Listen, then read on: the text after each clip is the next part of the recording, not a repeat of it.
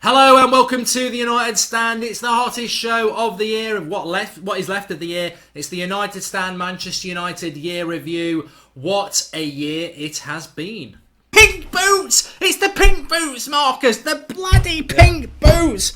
I can't believe this! And looking back on the year, we're going to be looking back on the year. Mourinho to Solskjaer. And who could have predicted that this time a year ago? Who could have predicted where we would be? The ups and downs, the signings we made, the results we had, the bad results, and now the last couple of weeks where we've ended up. It makes you very excited about what next year, 2019, will hold. But let's start off in January. It is January 2018, and United actually do get off to a good start. Title's probably gone after the loss in the previous December at home to Man City, but we get off to a good start. We beat Everton at Goodison Park. We win in the Cup against Derby, beat Stoke.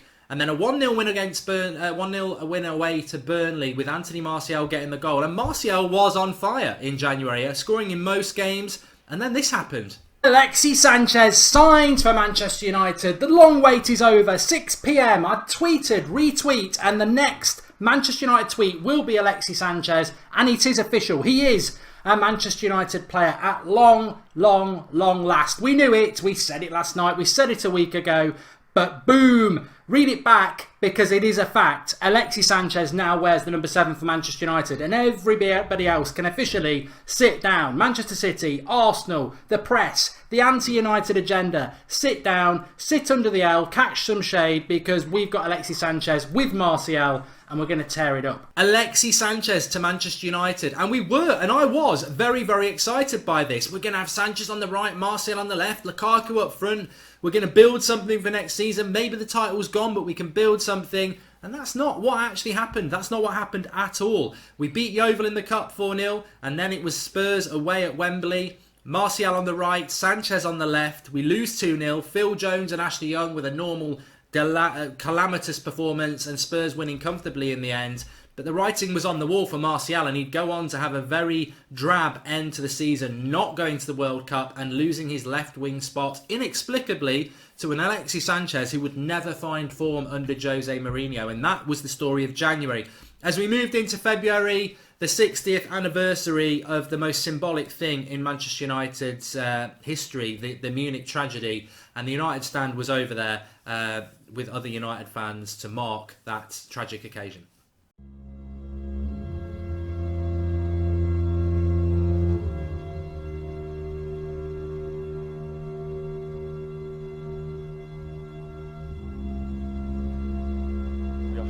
In Munich to commemorate the Busby Babes. I'm here with a long-time Manchester United fan, Chris.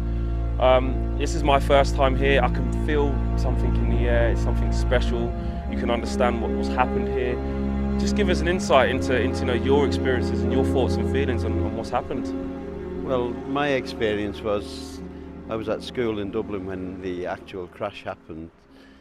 Came out, found out that my lifelong hero Billy Whelan had been killed in the plane crash, and for me to move to Manchester and be next to Manchester United was just unbelievable. And I've been to nearly every game since 1959 when I came here, watching the Reds, and we go to the games home and away, and it's just brilliant. Always a sad time for Manchester United, February the 6th, and but straddling that, we had Huddersfield. We beat Huddersfield 2-0 at Old Trafford, and then we went to Newcastle. Newcastle United 1, Manchester United 0.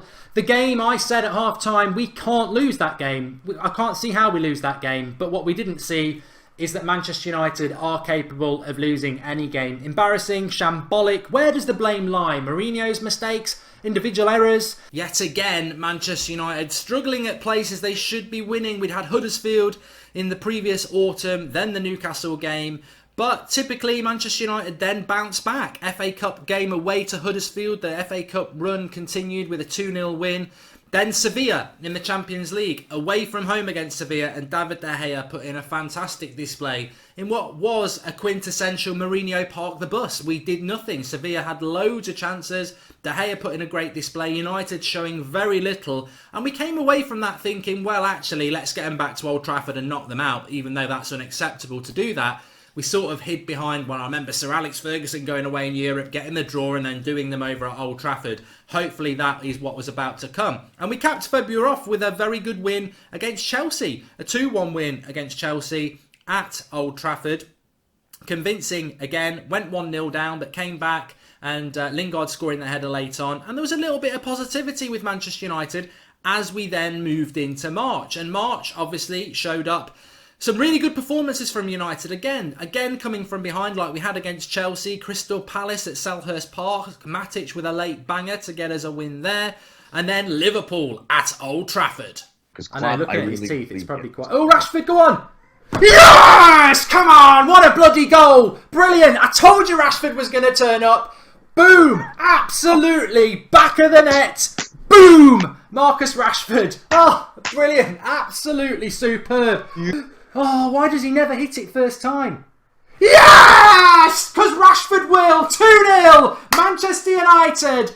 Sanchez gets put in by Lukaku, takes a touch, but it breaks to Rashford. 2-0. Sit down, Scousers. It's 2-0 to Manchester United. 23 minutes. We're in heaven. He's not throwing his bottle yet, Klopp, but he's looking unhappy. Boom. Back of the net. Oh, yeah. Good choice, Boris Karius. Good choice. But the buzz of the Liverpool win didn't last for long, and actually neither did Marcus Rashford's place in the Manchester United scene. Inexplicably, for the next few weeks, Rashford hardly played, despite putting in a magnificent performance against Liverpool. So Rashford would be jettisoned out the team in the coming weeks. But a few short days later, we were playing Seville. Not the quarterfinals. Remember, this is the first knockout game from the Champions League. 0-0 in Sevilla. The chance to knock them out at Old Trafford. And what followed simply wasn't good enough. This is a poor Sevilla team. Very poor. And over the two legs, they deserve to beat us. And they've scored. Bloody hell. Manchester United out of the Champions League. People already again shouting Jose Mourinho out of my club. Not good enough. Not what we want to see at Manchester United. And it wasn't just that. The thing is, after the Sevilla game, there was many Manchester United fans who felt this is not good enough for Manchester United. This is not good enough for Mourinho. It's all right scraping results and grinding out second place, but when we're getting embarrassed in Europe like that, and Mourinho's coming out with his comments about history and, you know, United should expect this. This was now starting to become a thing amongst the Manchester United fans, especially after the game. The team isn't playing as a team. I think Mourinho's dependent on a spot of brilliance from Sanchez. He's not using Sanchez as how he should have been when he was playing at Arsenal, because he was the main man at Arsenal. Pogba, 90 million for what? United fans not happy then, but that Pogba thing would come back very, very soon. But March rounded off after the Sevilla disappointment. Typical of Mourinho, really. The fixtures were kind. A home win against Brighton in the Cup and a home win against Swansea. Completed March, and then we moved into April and a massive game against Manchester City. They could win the Premier League title against their biggest rivals at the Etihad, and it looked like that disaster scenario for United fans was about to come true. An appalling first half, 2-0 down at half time. Pogba, £90 million for what? Yes! Pogba! 2-2! Bang! Have it! Have it! Have some of that! Sanchez in. Pogba on the header. 2-2. Sit down, Man City. Here we go. Yes! Chris Smalling! All is forgiven! 3-2. Cross from Sanchez. Chris Smalling. I told you he was good. I've always stuck up for him. I got him on text at half time and I said, Chris, I've turned against you. You've got to get me back in the fan club. 3-2, Chris Smalling. 3-2, Pep, sit down. What do you think about that? What do you think about that, George Kyle? Where's your Smalling hate now? A fantastic comeback in the derby then. Only the day before, Pep Guardiola had dropped out the nasty hint that Pogba had been offered to him in January, and rumours of Pogba's unsettlement at Manchester United began, and that would flower throughout the remaining months of 2018. But United had beat Man City. They'd held them off winning the title, which was inevitable for a few days. But Manchester United's form also only lasted a few days. A very, very good performance in the derby. Totally and utterly arse-wiped with a return game against West Brom at Old Trafford. A team that would be relegated comes to Old Trafford and beats them 1-0. Poor performance. Mourinho wasn't happy. Said he was going to ring the changes. but for the FA Cup semi-final against Spurs. He didn't. He did in the midweek, but the favourites were back the week after. A midweek win at Bournemouth in the Cup, and then it was Spurs at Wembley, the FA Cup semi-final. Spurs, surely the favourites. Their home ground, effectively, at that time, and still at this time. Manchester United winning 2-1, and expressions, he weren't too happy, that lad. You know what I don't get, yeah? How the fuck does the shortest man on the pitch, blood, score a header, fam? Dead marking from you, look. Fam! That 4-foot Chilean Quasimodo hunchback of Notre Dame, blood. Am I a prick, fam? He should have never scored that, blood. He should have never scored that, fam. If you leave him open, he's going to hurt you. So Manchester United into the FA Cup final. And again, I mean, I remember at this time myself, I was still Mourinho in, but a lot of you weren't. You were like, the football's not good enough, it's papering the cracks. But we had an FA Cup final. At that time, I remember I was like, let's win an FA Cup, let's finish second in the league. We're still miles behind City, but let's be aggressive and ruthless in the transfer window in the summer and build again for the following season. The last game of April was Arsenal, and this was a game that actually irritated me quite a lot because, well, let's actually have a look. We beat Arsenal 2-1, Fellaini scoring a very late winner. It was Arsenal reserves, and this was what a United going match fan had to say. Nah. Me personally, I'm a Mourinho out. The reason being is because personally, I want to see the kind of football that City are playing, innit? Look at even Liverpool as well. They're in the semi-final. Yeah, you could say that they're below us in the league, but when it matters, they're getting further than us in the competitions that we want to be winning. So it's about the football that we want to be playing. So yeah. And I've got to say, I don't disagree with him. I mean, I haven't included it because, to be honest with you, I didn't really celebrate that Fellaini goal much because I think I said at the time, I've had enough of this. I've had enough of United playing shit and grinding out results and having to score goals from long hoofball. And I think at that stage I was getting irritated, but I was still on the same, let's win the FA Cup, let's build again for next season. Let's hope that Mourinho will change the style of football, because he's got to. Into May, the final month of the season, the FA Cup final to look forward to. And United, you know, I wouldn't say we limped our way to the final. We didn't concede in any of the games up to the final. We beat Brighton away. No, sorry, we lost to Brighton away, didn't we? Brighton beat us 1-0. We drew at home to West Ham. We drew at West Ham 0-0. And then we finished the season with a 1-0 win against Watford before that FA Cup final. And Phil Jones played. What could go wrong? Hazard's clean through. He's clean through. That's a penalty. That's a penalty. Yes. That's Paul fucking Jones. That's Paul Jones. Flipping it, Jones, man. That's the second time in 20 minutes it's been done. That's the second time. Penalty, Chelsea. That's the second time it's been done in Jones has let him run through. Hazard's clean through and goal. They're trying to ask for a red card. He's got a yellow, luckily. He knows Hazard's going to come inside. Fucking hell, I've been training on Hazard. He knows Hazard's fucking inside. Hazard's a main threat. And it's not the first time he's done it as well. He's let him do it twice. The season was over with a whimper. All that work to get to the FA Cup final and the team didn't even turn up. Mourinho ending the season without a trophy. But he would hide behind that second place, and he would hide behind that to the very end. His most significant achievement to win second place for Manchester United and be 20 points behind Man City. That FA Cup final, to be honest with you, it's sort of been forgotten. The Sevilla game stands out. But for me, that's one of the enduring things of Mourinho's reign, is how you can get to an FA Cup final and put in such a weak and poor performance. Chelsea were definitely the underdogs in that game, and United were atrocious. And the warning signs were there. But the summer became, well, it wasn't quite the summer actually. A certain rival in red from the Liverpool had a final that would be absolutely massive for them if they won. I wasn't going to have that, but I was also going to hand myself a big rare L as well. It would make my season for Liverpool to get absolutely stuffed tomorrow night and see a load of Scousers crying in Kiev. Brilliant. And I love Chicken Kiev as well. How relevant that is, I don't know. But I will love it. And I've got no apologies to make, because you know why I've got no apologies to make. Because every single proper Liverpool fan would wish the same against Manchester United. And if they don't, they're not proper Liverpool fans either. So I hope you get stuffed tomorrow night with total satisfaction. That's got to be worth a like. Anyway, Fabinho to Manchester United, or Fabinho, or whatever you renounce it. Look, the reality is, Manchester United, Fabinho is the sort of, well, it's not even the sort of player. Let's get into this. This is the player that I've wanted at Manchester United for a long time.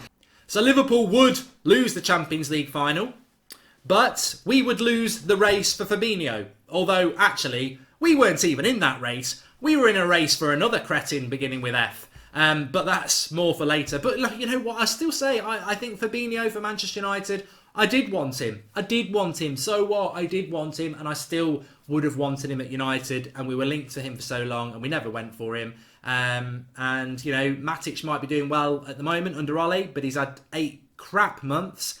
And in 8 months, I think he'll be finished because he's in his 30s. I wish we'd done that. But that's the end of May. Into what comes after May? June. Into June. And we made some signings. The first one was Diego Dalot is officially a Manchester United player.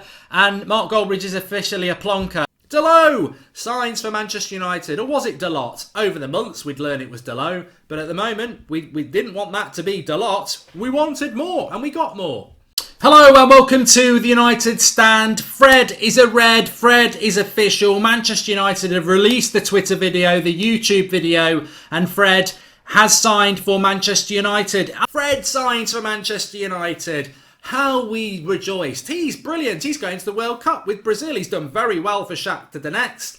He's going to be a great signing. If only we knew. If only we knew. Look, I think Fred can be a very good signing for Manchester United. But like many of Mourinho's signings, like Alexis Sanchez, the most exciting bit was was actually the announcement that we'd signed them. We've not seen the best of Fred. We've not seen the best of Sanchez.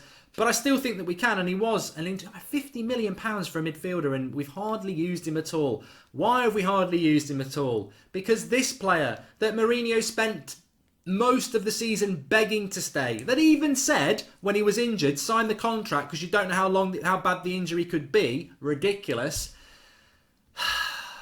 I want to move over this very, very quickly, but actually, Marouane Fellaini built this up so much. He said on the Wednesday, on the Sunday, I'm going to announce where I'm going to be. He built it up like he thought it was going to be a big thing. I think he had to announce it a little bit sooner, but it was like paint dry. It was worse than that. It was terrible. It was terrible. It's official. Marouane Fellaini has signed a new contract for Manchester United.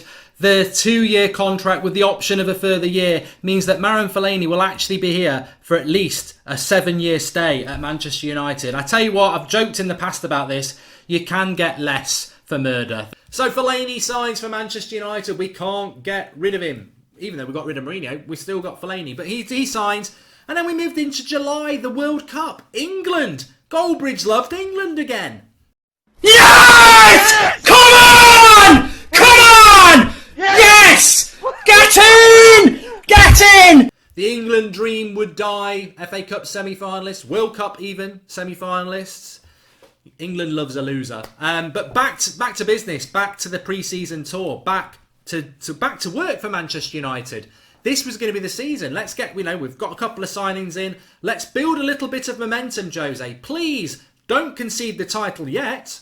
Hello and welcome to the United Stand. Jose Mourinho has given another press conference tonight, and it's safe to say, if you are a depressive, you want to ignore it, because it was absolute negativity. And the headline really is, has he conceded the title? And are these fears that Jose Mourinho could actually end up walking from Manchester United at any time actually genuine? Because at the moment, I've got to say, I'm absolutely stunned, and I do not know what his agenda is. It makes no sense. All it's doing is demotivating fans, demotivating the players who play under him, and absolutely demotivating what Manchester United's meant to be about. And negativity reigned. Here we were, Manchester United, going into a new season with a manager who basically looked like he was trying to get himself the sack as early as that. Negative Mourinho, negative on the tour, telling people that basically I wouldn't turn up and watch it. We haven't got the players I need here. These players won't be involved when the season starts. Bloody blah, blah, blah, blah, blah. Negativity. And, as we sit here now at the end of December, looking back, the writing was clearly on the wall that things were not going to work out that well. A terrible US tour, but there was one highlight for me. Come on, have some of that! Have some of that! Andreas Pereira, boom, shakalak, come on! What a goal! What a goal! Free kick, Beckham, Trippier, have some of that, boy! Have some of that, boy! What a free kick! Bang! Boom! Oh, love it. Absolutely love it. Have some of that, Marcus. What are you thinking? Pereira with a banger, and he was absolutely fantastic on that US tour. And the great thing about that US tour is that we knew Pereira would go on to have a fantastic season for Manchester United. I'll stop right there, won't I? I'll just depress myself. Of course he wouldn't, but much like Fred, he'd struggle to get on the bench ahead of McTominay. But yeah, it was a good goal from Pereira. We're probably going to end up losing Pereira in the next few months. What a waste of talent. Anyway, negative July became reality August. Manchester United started the season against Leicester City at home, and Pogba came back as a World Cup winner, and United got off to a good start. What a start this would be for United. 2 minutes in. Pogba, here we go. He's having so many run-ups here. He's trying to wait for the keeper to go. Oh, yes! Chips it in. Pogba, 1-0 to Manchester United. And the pressure is lifted straight away. Within 2 minutes of the start of this game, Manchester United, he was doing the little tippy-tappy run-up. But he didn't mess about. He waited for the keeper to commit. And Pogba puts it that way. It can't really do justice on a penalty. But watching it back, puts it up high. Schmeichel goes the right way. 1-0 to Manchester United. We've barely taken breath. And Captain Pogba gets Manchester United in the lead. Come on! I tell you what, forget the Pogba 2-1 winner against Leicester for a moment. I almost forgot. It would be remiss of me not to put this in. All through the summer on the United stand, we got the transfer dailies. We've got the transfer reactions. Goldbridge likes a holiday. What can go wrong? Transfer daily on a beach in Mallorca. Minding your own business. Go. No, thank you. No, I'm alright, I'm talking, mate. No, I'm talking. Piss off. I'm talking. No. You wanker. No, bye-bye. Go away. What are you talking about? Fuck off. You wanker. Alright. You wanker. Yeah. Don't buy fruit in Mallorca. Bloody unbelievable. Unbelievable. Just chatting away. Unbelievable. Unbelievable is right. Unbelievable is right. The fact that some people say that that's staged, I mean, there are fruit sellers on the beaches in most resorts, and how and why is what I would say about staging that. Literally was just live on my phone and got approached. Yeah, memorable is what that would be. Memorable. But anyway, back to Leicester. A 2-1 home win against Leicester. You know what, though? I always look back on that and say, yeah, well, we got a good start. But Leicester were the better team. They were. That Chilwell, the left-back, absolutely annihilated our right-hand side. And Leicester, you know, it's a good win for United. But the writing was on the wall in some ways, because what came next was the disaster down by the seaside. Brighton. Bloody should have been 2-0. It is 2-0. It's 2-2. Oh, for God's sake. What are we doing? What are we doing? It should have been 2-0 anyway. Now it is 2-0. They're having a laugh. Jose looks furious. What the bloody hell is going on? God. Brighton's rocking. United dropping. Doesn't even work. 3-2 loss to Brighton. Second game of the season. Embarrassing. Probably Paul Pogba's worst ever performance in a United shirt. Absolutely terrible. And the cracks in the Mourinho and Pogba relationship was there for everybody to see. It was around this time that Pogba was saying, I won't speak to the press. Mourinho had obviously been quite derogatory about Pogba after the World Cup. The writing was on the wall there, but United, only second game and were dropping 3 points. At that time, from the previous season, we knew any dropping of points was going to give advantage to people like Man City. And it wasn't a good start for United. It didn't get any better either. Third game of the season, Spurs at home. A good 45 minutes, couldn't score. The second half didn't go our way. Goal for bloody Harry Kane. What is going on at Manchester United? Where's the defence there? Free header. I tell you what, that was slow motion. I could have had a poo and come back. What are we doing there? What are we doing? It's like a slow motion goal. Why is that guy unmarked at the back post? It's bloody... No, it's not. It's Phil Jones. It's Phil Jones. He's let him run. It's Phil Jones. It's Phil Jones again. Phil bloody Calamity Jones. What's he doing? What's he doing? He's doing his Tesco shop. Mark him. What are you doing? Oh, it's rubbish. That's pub football. To get back in this game. 2-0. God, what's going on? What is going on? What is going on? 2-0. How are we 2-0 down? How is this happening? We've absolutely dominated the first half, and within 6 minutes, we're 2-0 down. And this is it. Chocolate Fireguard defence. 2 losses from the first 3 games. I just forgot as well. I wanted to get this in as well. This was Rant's fan cam after the Brighton game. Bruv, I'm pissed.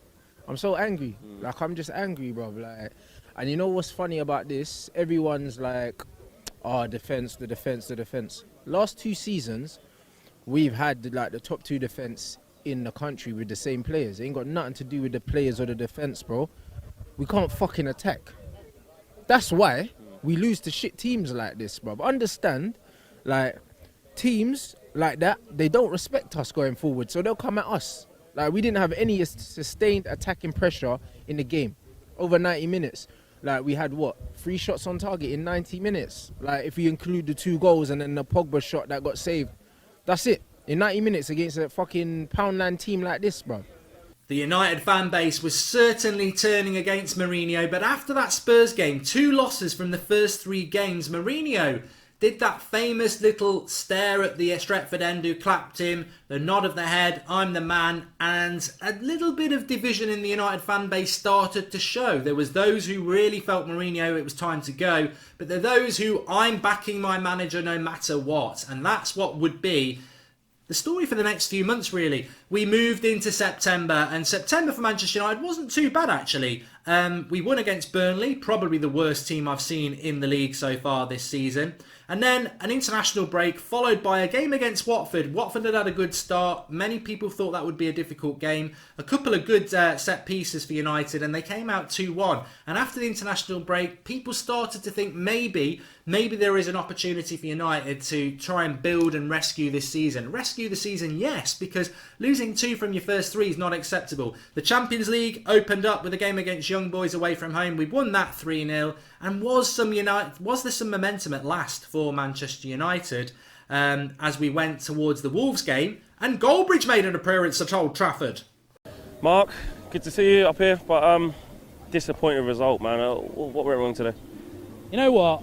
I haven't been to Old Trafford for about 15 months, and there is something missing at United. We haven't lost, but that result is shit.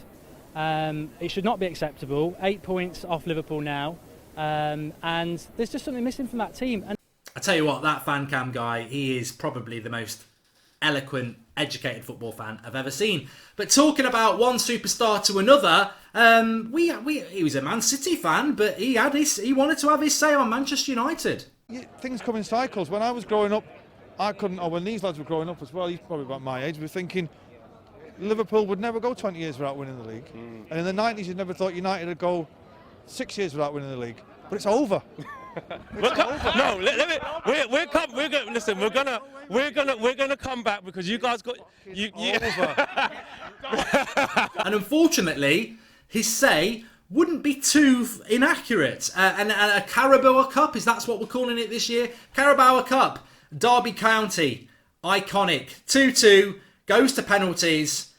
This became viral. Oh, it's Phil Jones. Phil Jones. Oh, God. Oh, God. Just score, Phil. God, don't. Just, you can't miss this in your bloody boots that look like you're running around in your feet. You can't miss. You can't miss this. He's bloody missed it! What a prat! What a prat! Phil Jones! It was bloody written in the stars! Phil Jones! What are you doing? Why can't Eric Bailly take it? Phil bloody Jones running around with no feet on his no bloody skin feet. Pink boots! It's the pink boots, Marcus! The bloody pink boots! I can't believe this! Oh, written in the stars or what? I told you, I was slating them pink boots at half time. You look like a tin of salmon. If you told me Phil Jones, tin of salmon, pink boots was going to be such a big thing, I probably still would have said it, to be honest. But yeah, that was an interesting low point for Manchester United and me personally. I don't know whether it kept Phil Jones awake. I mean, at the end of the day, he's back playing for United again now, isn't he? And good luck to him. Just don't wear the pink boots, please, Phil. But out of the Carabao Cup to Derby County, an away trip to West Ham, Man City. Away trip to West Ham. Scott McTominay is a right-sided centre-back. What could go wrong? Points. Nice little ball there. They broke the defence. 1-0 to West Ham. That is crap. That is rubbish. It's Felipe Anderson. We park the bus and then we leave the keys to the bus with the door wide open. It's rubbish. It was so simple. They're as bad as me at FIFA 19. It was bloody simple. Absolute idiot, Mourinho. Absolute idiot. You've parked the bus, you've played defensive, and inside 5 minutes, you've been carved open. Another loss to a team that we really should not be losing to in West Ham. And that was it. That was the tipping point for me. That was me where I was like, that's it, I'm Mourinho out. And for somebody who staunchly backed him for so long, I mean, doing the United stand, you got thousands of people watching. A lot of you had been Mourinho out for a long time. A lot of you had been irritated with me for a long time for backing him. That was the tipping point for me. That was, we are now at the end of September. We've still not changed the style of football. You're still picking giraffes over, lions and United under Mourinho, no matter what. But I didn't think it was going to get terribly worse, but I felt that that was it. And actually, maybe, that's how the club were feeling as well. We drew at home to Valencia, very, very poor again. Valencia, if they could have hit the ocean from a boat, they would have beat us. And then the Friday night, before the Newcastle game, very interestingly, that Mourinho was going to be sacked no matter what. Gary Neville came out very angry. Manchester United didn't pull the trigger on Jose Mourinho. He survived, and Manchester United survived as well. 2-0 down at home to Newcastle. They came back and they won 3-2 before an international break that many people had hoped would be the end of Mourinho. He was given a stay of execution, and Manchester United came back with a game against Chelsea, which many people thought that we would lose. We went 1-0 down, we got a goal back, and then cameth the hour, cometh the man. Martial, why didn't you hit it first time? Yes! 2-1, Anthony Martial, what a finish! Have some of that, bottom corner, United lead 2-1, momentum gained.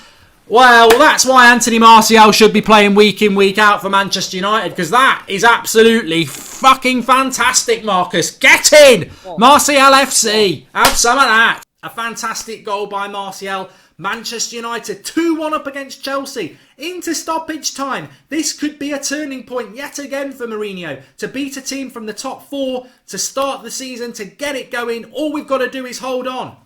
Oh! Headed by Louise. It's off the post. There's a goal. It's a bloody goal. Get out, get out, get out. Absolute joke. Why are they winning that back-headed cross there? What a joke. What a bloody joke. A minute gone. Mourinho's going in for a fight now with somebody. What's going on there? We didn't hold on. Of course we didn't hold on. But that point against Chelsea could become very important for our new manager. Because if Chelsea beaten us, they'd have another 3 points to what we've got now. We'd still be 11 points behind them. So that point could be good, but it should have been more. If it had been more, maybe Mourinho would still be here. So we take what we get and we move on in reality. And United moved on away to Juventus in the Champions League. We were given no chance at all against Juventus. In fact, I've just realised I've got it wrong. That wasn't the game where we had no chance. This was Juventus at home where we lost 1-0. We lost 1-0. It was the most one-sided 1-0 I've ever seen.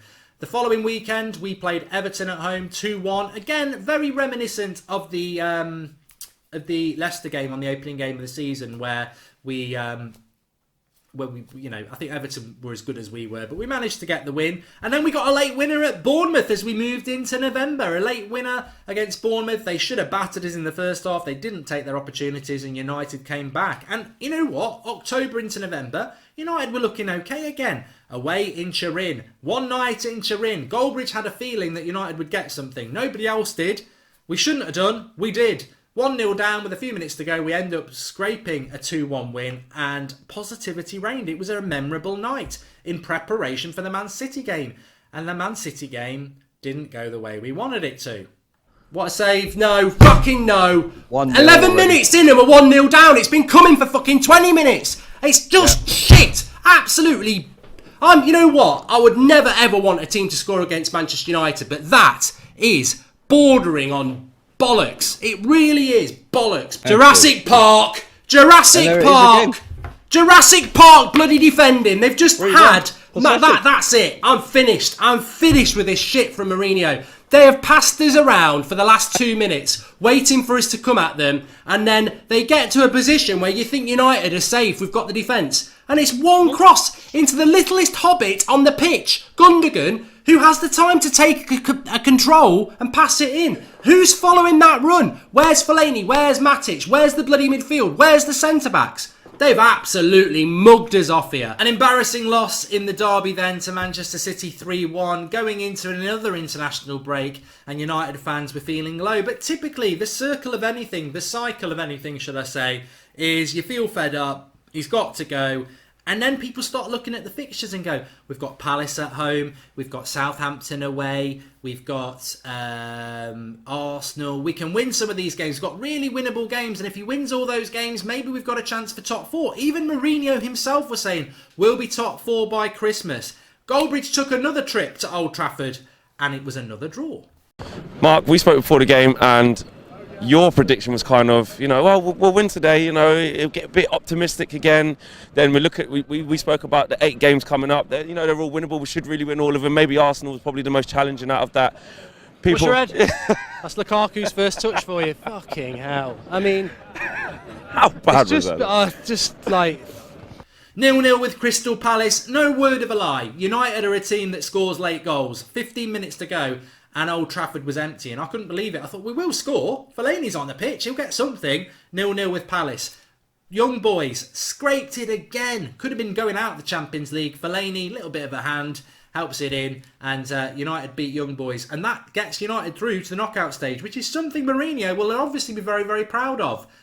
He won't be playing against PSG, though. Changes have been made, and changes were coming, but not before Southampton. Mark Hughes, the sack race. Mark Hughes facing the sack with Southampton. Mourinho not facing the sack at United, although many United fans felt he should have done. 2-0 down, Southampton. United got it back to 2-2 and then stopped playing. Didn't go for the win. Hughes would be sacked after that game. Mourinho would survive. But how long would it go on? Arsenal came up next at Old Trafford. And again, I would say, if United finish above Arsenal by 1 or 2 points, Arsenal seriously need to look back to that game in early December against United where they drew 2-2. Because they dropped 2 points and we gained a point. We weren't very good that night. There was a little bit more effort, but Arsenal should have won it. De Gea again, making really good saves. Then it was the turn of Fulham, the worst team in the league. And United beat them 4-1. There was some positivity. There's still the Mourinho inners clung to the fact that Mourinho could turn this around. He was still the man. We've just smashed Fulham 4-1, even though Fulham had a man sent off and were coming back into the game at the time. I think it was 2-1. United won 4-1. Mourinho's the man. Mourinho's the man who can. We went to Valencia and we lost 2-1. Valencia, nothing to play for. United, never have anything to play for. Champions League qualification already sorted. United losing 2-1 to a team, like many teams, if you pass the ball around a Mourinho team, especially a United team, you make yourselves look good. And then it was on to Liverpool. There wasn't a lot of confidence going into this game as we faced Liverpool at Anfield, and we were probably right not to have much confidence either. 1-0. Oh, for fuck's sake! 1-0. For fuck's sake! Bloody Clingfield defending again! Yeah. Just bloody invisible, absolutely invisible. A little bit of pressure, a little bit of heat, and it disappears. Absolute shite. Good save. Security. Oh, it's in. Fucking hell. All the bloody resistance of a Poppadom catching a bowling ball. Shit. You sit back, and that's what happens. They get a bit of luck. But if you attack, you will get a bit of luck, and that's what happens. They attack. They actually have a go. Absolutely terrible for Manchester United. Sitting back, bringing Fellaini on. Rich bloody 2000 Stoke. I was just saying it. 2009 Stoke City. Sitting back, living in the land of... Where's David Attenborough? Because we're just a team of bloody giraffes. Slow bloody giraffes. 3-1. 3-1 on that Sunday, the 16th of December 2018. Embarrassed. Park the bus tactics, nothing going on, and Liverpool dominated us and looking now like one of the favourites for the title, with United languishing in 6th place. The following Monday, we hoped that would be the end of Mourinho Monday. It didn't happen. And it looked like everything coming out of Old Trafford was that they would stick by Jose Mourinho. The Tuesday, Goldbridge gets on a train to Manchester. Rumours that he's off to the Lowry to sort this out, when actually I was just going up there to do an interview with somebody. I'm sat in a coffee shop. Costa Coffee. I'll give him a shout out. I check my phone just after 9 o'clock. It's Simon Stone. Jose gone. Mourinho no more. He thought he was going for a meeting with Woodward to talk about transfers. He walked out with the sack. Hello and welcome to the United Stand. Jose Mourinho has been sacked. What a moment to get this out. You know, I'm actually in Manchester walking past the Christmas market at the moment. I was on the way to the Lowry to get him out and he's been sacked as Manchester United manager. It's absolutely pouring it down with rain, as you would expect in Manchester. But Jose Mourinho has been sacked as Manchester United manager. I'm stunned. I'm absolutely ecstatic. This has made my Christmas. Ding dong, the bells will ring because Jose Mourinho is no longer Manchester United manager. Tuesday, the 18th of December 2018, a week before Christmas, many Manchester United fans getting the Christmas present they wanted. Not everybody. There's certain journalists who still live up Mourinho's arse and still think it's unfair what's happened, despite the writing being on the wall. But 24 hours later, more good news. It's crazy. Hello and welcome to the United Stand. We're live again. And Ole Gunnar Solskjaer is officially the Manchester United manager for the next 5 months. Now, Ole Gunnar Solskjaer, Manchester United manager. Who'd have thought it? Who wanted it? I certainly did. I never thought about it. Mike Phelan back as assistant coach, and the feeling at United was very much positive. This season is finished. We are 11 points off top 4. We're 6th in the league. We've got negative goal difference. If Ollie's coming in to remind the players what Manchester United's all about, to unite the players, unite the fans, and have a bit of fun, we're all up for a bit of that. It's positivity. Yeah, we're in a mess, but there's only one way back for Manchester United. Cardiff City, the club that sacked Ole Gunnar Solskjaer, would be the new start, the page turner for Manchester United. And Pogba and co were ready to turn the page. More for... No, Rashford's going to hit this.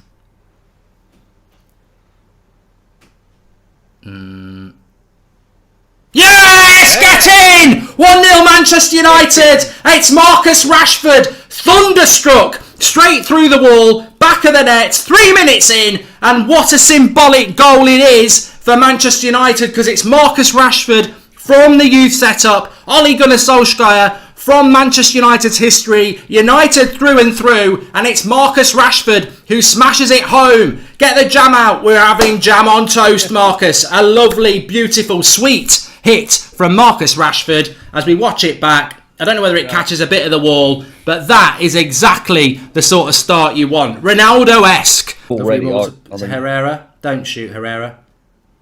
Oh! What a hit! What a hit! Wow. What a hit! Have some of that! I'm happier than a dog with 3 tails. We've been playing football like playing darts with spaghetti, and he's arrowed that. Tungsten tipped, absolute darts it home. Under Herrera. What did I say just before it? Don't bloody hit it. And he's fucking smashed the net off. Have some of that. I mean, he can't control how high the ball's bounced either. So he's not... Yes! Get in! Get in! Get in! Justice jam on toast. You will not keep us down. It's Anthony Martial. He's on fire. It's Christmas. He's shitting snowballs. And it's 3-1 to Manchester United. And I don't even know if it is Martial, because I was actually doing a tweet at the time. But it's 3-1 to United. And we've scored a proper goal. No deflection. No set piece. He shits snowballs for fun. He's as cold as ice. He's ready to sacrifice. It's Anthony Martial. It's a 1-2 as well. It's Pogba. It's Lingard. It's Rashford. It's sexy. It's a fantastic goal. I missed it because I was tweeting. This is one of the goals of the season, Marcus. It's absolutely brilliant. Pogba, Lingard, Rashford, Martial. Woohoo! Oh, he's not just shitting snowballs. He can't stop. A resounding win for Manchester United, but the scoreline didn't really reflect the mood totally. The mood was positivity because players were looking up. They were looking forward. There was intensity. There was a passion. There was a pride in a Manchester United shirt. And that would be followed up by another win at Old Trafford. A 3-1 win against Huddersfield. And the momentum of Ole Gunnar Solskjaer was something that Manchester United fans were proud of. Absolutely proud of, as we closed 2019 with a game against Bournemouth. Bournemouth. And what a year it's been. And as we look ahead to a transfer window in January, a Champions League and a very difficult February, PSG, Man City, Arsenal, Liverpool to play, May, will Ollie be here? Will we go Zidane or Poch? What will the transfer window hold? Will we ever get rid of the Deadwood? In a year's time, we'll be reviewing it again, and it's very interesting to see where Manchester United will be. But it wasn't just a big year for Manchester United. The United Stand had a good year as well. The gauntlet was played down. Manchester United, the United Stand, challenged to a game from Arsenal Fan TV. Yeah, we're going to play 3 or 4 regulars as well. We roll down to London with a team that we've never played with before. 3 or 4 regulars in our team. 4 actually. None in their team. 1 did come on the pitch. A banger from Rance and a put down from Goldbridge. DT's up against Goldbridge. Here we go. Was that a kick from Goldbridge? Rance has hold of DT. Is that Rance? It's all going down now. On the volley. Rance scores an absolute beauty. It's 3-1. United Stand 3, Arsenal Fan TV 1. A famous victory for Manchester United and the United Stand. And I just want to say thank you to everybody. It's been a big year for the United Stand. It's not really been the year we've wanted as Manchester United fans, but it's been a very interesting year. And I hope 2019 is going to be a successful one for United, because I think the best things is always the good things. I said this with the Mourinho divide, the toxicity in a fan base, which I've seen with Van Gaal and I've now seen it with Mourinho. Yes, there's a lot of frustrations and there's a lot of things to talk about, but it's not necessarily a nice time when you've got fans of the same club going in on each other. I want a positive. I want Europa League nights. I want the United fan base, and hopefully we're going to see that more and more with what's going on with the club currently. But thank you to each and every one of you. I hope 2019 is kind to you. Thanks to everybody who's been with us in 2018. And we'll see you in the new year on the other side. Thank you very, very much. Of course, we've got content on the United Stand for you. It never stops. And hopefully your loyalty and support doesn't either. Thanks, everybody. What a year it's been.